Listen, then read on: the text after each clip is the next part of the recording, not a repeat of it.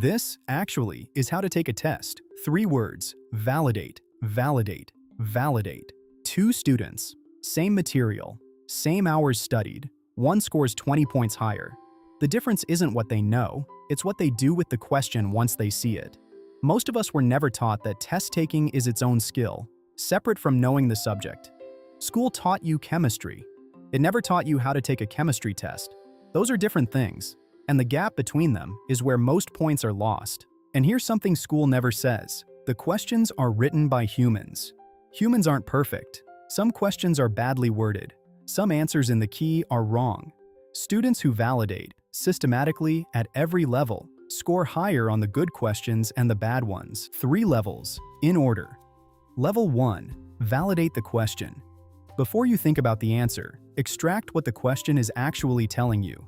Write the key details out next to the question, not in your head, on paper. What's given? What's the constraint? What exactly is being asked? Most wrong answers come from answering a question that wasn't there, because a student missed a word, made an assumption, or let important details stay buried inside the sentences. Writing the details out forces you to read what's actually on the page instead of what you expected to be there. Level 2. Validate the intent. Now ask, what is this question actually trying to test? Write it out, then check it against the details you just extracted. A word problem about 2 trains isn't about trains. It's testing whether you can set up a rate equation. A reading passage about history isn't testing your history knowledge. It's testing whether you can identify an argument. Once you name the intent, the question stops being a unique puzzle and becomes a familiar pattern in unfamiliar clothes. If the intent doesn't line up with the details, you've misread the question. Go back to level 1. Level 3. Validate the answer. Take your answer and walk it back through the question details. Does it fully satisfy what was asked? Not mostly, fully. 100%, not 99%. In math, plug it in. In multiple choice, check each candidate against the details you extracted.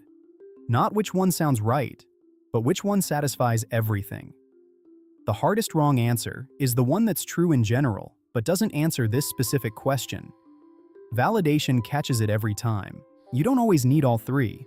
Sometimes the answer is clear after you've extracted the question details. Sometimes in multiple choice, the fastest path is to skip straight to level 3.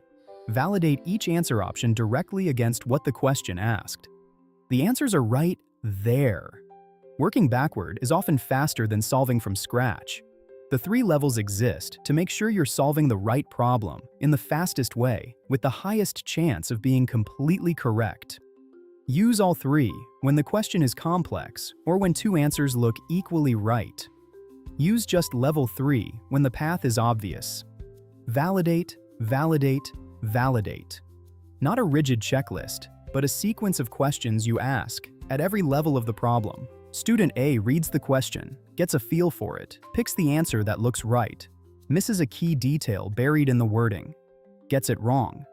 Student B writes out the question details, names the intent, finds 2 answers that both look right, validates both against the details.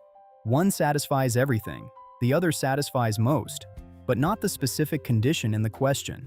Student B circles the right answer. Student A wonders what happened. Same knowledge, different process, different score. This doesn't end at school. Life puts you in test conditions constantly. Sometimes you set the question yourself. Sometimes it's set for you. Either way, the 3 levels apply. A purchase is a question you ask yourself. Most people skip straight to picking something. The 3 levels. What do I actually need? Not what looks appealing. The specific requirements. Why am I buying this? What problem does it solve? And is this really the right time to solve it? And then, does this choice satisfy both? Not mostly. Both. A vote is a question thrown at you, one you have a right and a responsibility to answer well. The 3 levels. What matters most in my life right now, and how are they addressing it? Why are they running? What's actually driving this? And then, does my choice hold up against both? Not against what they said in an ad, against the facts. Most people answer these tests the same way struggling students answer exams. They skip the question details. They never ask why. They pick what feels right and move on. This Actually is how to take a test. 3 levels. In order. Validate the question. Validate the intent. Validate the answer. Validate. Validate. Validate. Think about it.